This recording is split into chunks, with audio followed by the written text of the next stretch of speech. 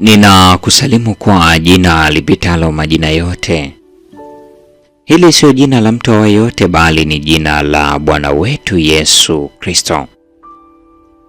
Hiki ni kisa cha ndani. Juma hili kisa kinasema kuwa Mwadventista tajiri. Rene mdogo alipenda kila kitu kuhusu Waadventista wa Sabato. Katika jimbo lake la asili huko Filipino, matajiri wote walionekana kuwa Waadventista. Walikuwa na mashamba makubwa ya mpunga na hali nzuri ya maisha.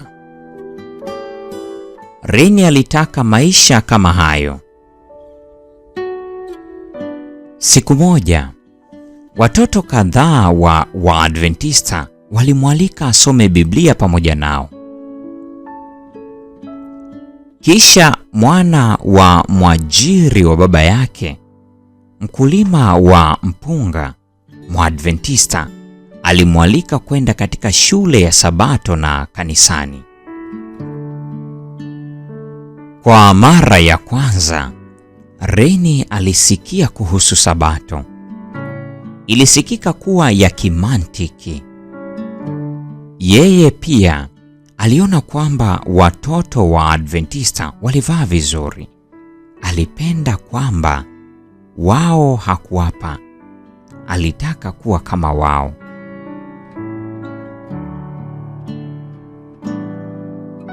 Alipokuwa na umri wa miaka 12, alibatizwa na kujiunga na kanisa la Waadventista. Hakuwa tajiri na maisha yake yalionekana kuwa mabaya zaidi. Familia yake ilimdharau kwa imani yake na kuacha kumtegemeza katika masomo yake. Alilazimishwa kuacha shule. Baada ya miaka 4, uvumilivu wake ulifika kikomo. Akiwa na umri wa miaka 16, aliacha kanisa na kujiunga na baba yake katika mashamba ya mpunga ya mkulima wa Kiadventista. Muda mfupi baadaye alikuwa anakunywa, kuvuta sigara, kucheza kamari na kula kila aina ya vyakula najisi. Miaka 2 ilipita na kijana mwenye umri wa miaka 17 anayeitwa Rodel alibisha mlango. "Mimi ni mishonari," alimwambia mama yake Rene. "Naweza kuingia?" "Mishonari wa aina gani?" aliuliza.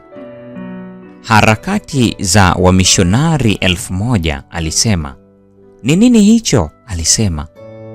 "Mimi ni mishonari wa Waadventista wa Sabato," alisema. Mama alisema. "Mwanangu ni Mwadventista, lakini amerudi nyuma." "Yuko wapi?" "Analala." Kama mkulima mwenye bidii, Rene alikuwa amechoka. Mama alimpeleka Rodel kwake. "Rafiki yangu, kwa nini umeacha kuwa Mwadventista?" Rodel alisema. Rene alishangaa, lakini aliweka wazi kwamba hatarudi kanisani. "Familia yangu ilinichukia nilipokuwa Mwadventista. Naweza kukualika kanisani?" "Sidhani, siwezi kwenda." Rodel aliondoka. Lakini mwaka 1.5 baadaye, Rene alipokuwa na umri wa miaka 20, alirudi. "Rafiki yangu, twende tukavue samaki," alisema. Rodel hakujaribu kumshawishi Rene kwenda kanisani. Alifanya urafiki naye tu. Walienda kuvua samaki pamoja.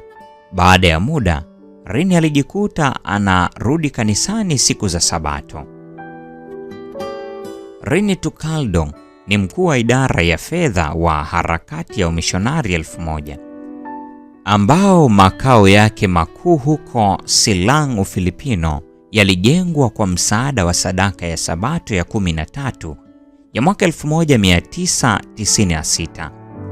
Soma zaidi juma lijalo. Kisa hiki kimetolewa na ofisi ya Conference Kuu ya Utume wa Kiadventista inayotumia sadaka za utume za shule ya Sabato kueneza Injili duniani kote. Soma kisa kipya kila siku katika adventistmission.org. Mpendwa mfuatiliaji wa mfululizo wa masomo haya mazuri ya kisa cha ndani, huo ndio mwisho wa tafakari tunayoipata katika kisa kizuri cha kuwa Mwadventista tajiri. Tuendelee kujifunza kutoka kwa Rini na tujitoe katika kuifanya kazi ya Mungu.